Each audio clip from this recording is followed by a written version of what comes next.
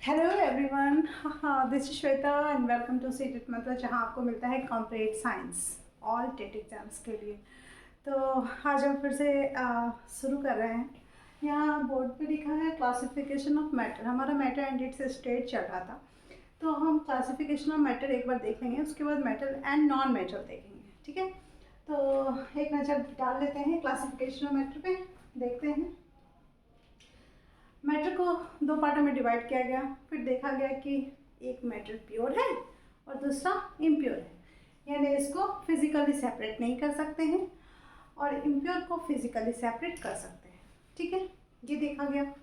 अब देखिए क्यों, क्योंकि इम्प्योर मतलब मिक्सचर, यानी डेढ़ चीज़ का मिक्सचर, और प्योर मतलब प्योर शुद्ध, जिसमें सिर्फ वन एलिमेंट, एक पार्टिकल्स अवेलेबल हो उसमें, तो उसको बोला गया प्योर। जिसमें डिफरेंट टाइप्स का पार्टिकल अवेलेबल हो उसको इम्प्योर बोला गया। ठीक है, जैसे प्योर का एग्जांपल हम ले लेंगे। प्योर का एग्जांपल क्या होगा? अरे एलिमेंट है अपना, वो तो प्योर है, उसमें कोई मिलावट नहीं है। इम्प्योर का अगर मिक्सचर देखेंगे तो क्या, चाय कॉफ़ी और चावल, उसमें भी कंकर का मिलावट तो रहता ही है। तो चलिए अगेन प्योर को देखते हैं। हम लोग डिवाइड किए, आपको अभी बताएं, एलिमेंट में और कंपाउंड में। प्योर को दो पार्ट में डिवाइड किया, एलिमेंट में और कंपाउंड में। एलिमेंट केवल एक पार्टिकल से बना है, कंपाउंड ये केवल एलिमेंट से बना है। समझ में आ गया? एलिमेंट एक पार्टिकल से बना है और कंपाउंड केवल एलिमेंट से बना। ये भी तो शुद्धता ग्रुप है, ऐसा तो नहीं कि कुछ एलिमेंट से बना दिया कुछ अदर चीज़ से बना दिया। ठीक, चलिए अब एलिमेंट्स को हम डिवाइड किए मेटल, नॉन मेटल, मेटलॉइड्स में। तो हमारा एलिमेंट्स तीन पार्ट में डिवाइड हो गया। मेटल क्या होता है? मेटल होता है कि जिसमें लश्यर हो, शाइनिंग हो, मेलेबिलिटी हो, डक्टिलिटी हो। ठीक है, और जो पॉजिटिव आयन दे। ठीक है, और जिसका बैलेंस सेल इलेक्ट्रॉन जो है 1 2 और 3 हो, वो मेटल है। नॉन मेटल क्या होता है? नॉन मेटल जिसमें लश्यर्स नहीं हो, चमक नहीं हो। एक्सेप्शन तो बहुत सारे होंगे, आगे हम देखेंगे।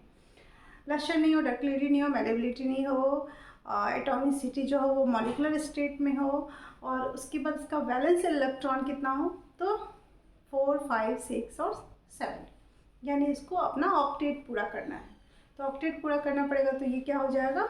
निगेटिव आयन देगा। ठीक है, यानी ये इलेक्ट्रॉन को क्या करेगा? गेन करेगा, और मेटल क्या करेगा? इलेक्ट्रॉन को लूज करेगा।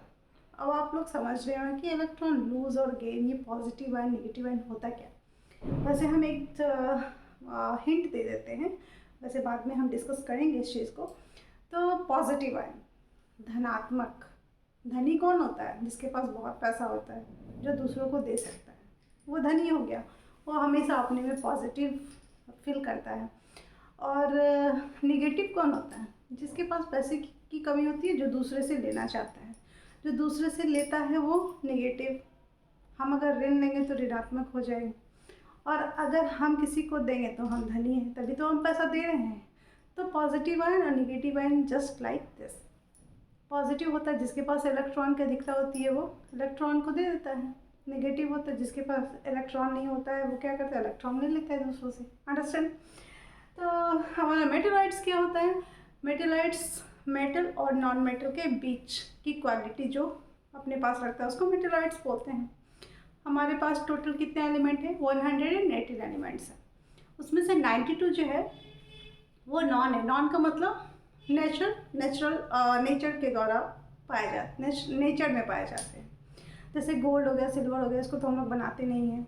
कॉपर हो गया, ये सब नेचुरल स्टेट में होते हैं, पाए जाते हैं। बट हमारा जो 92 के अलावा है उसको हम लोग लैब में तैयार करते हैं।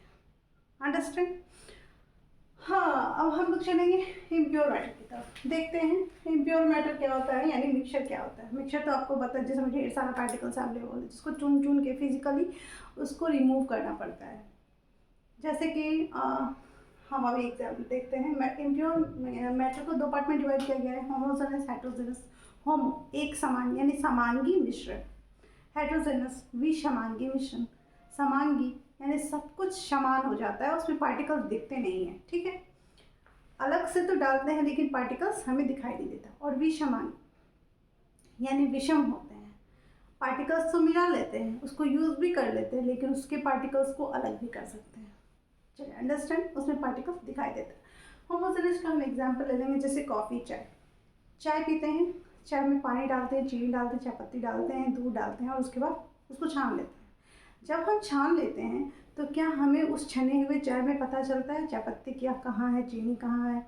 नहीं, सिर्फ उसका फ्लेवर, कलर और टेस्ट लेते हैं हम, ठीक है।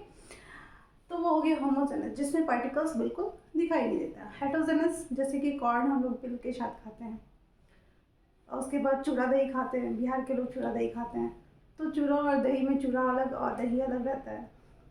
पार्टिकल्स दिखता है हमें कि चूड़ा भी है और दही भी है, और केला मिला दे तो केला भी है, ठीक। यानी वो हो गया हेटेरोजेनस। अब होमोजेनस, हेटेरोजेनस आप अपने मन से एग्जांपल सेट कर सकते हैं। समझ में आ गया ना? अब हम मेटल और नॉन मेटल की ओर चलते हैं। तब तक आप एक बार देख लीजिए और रिमाइंड कर लीजिए अपने माइंड में।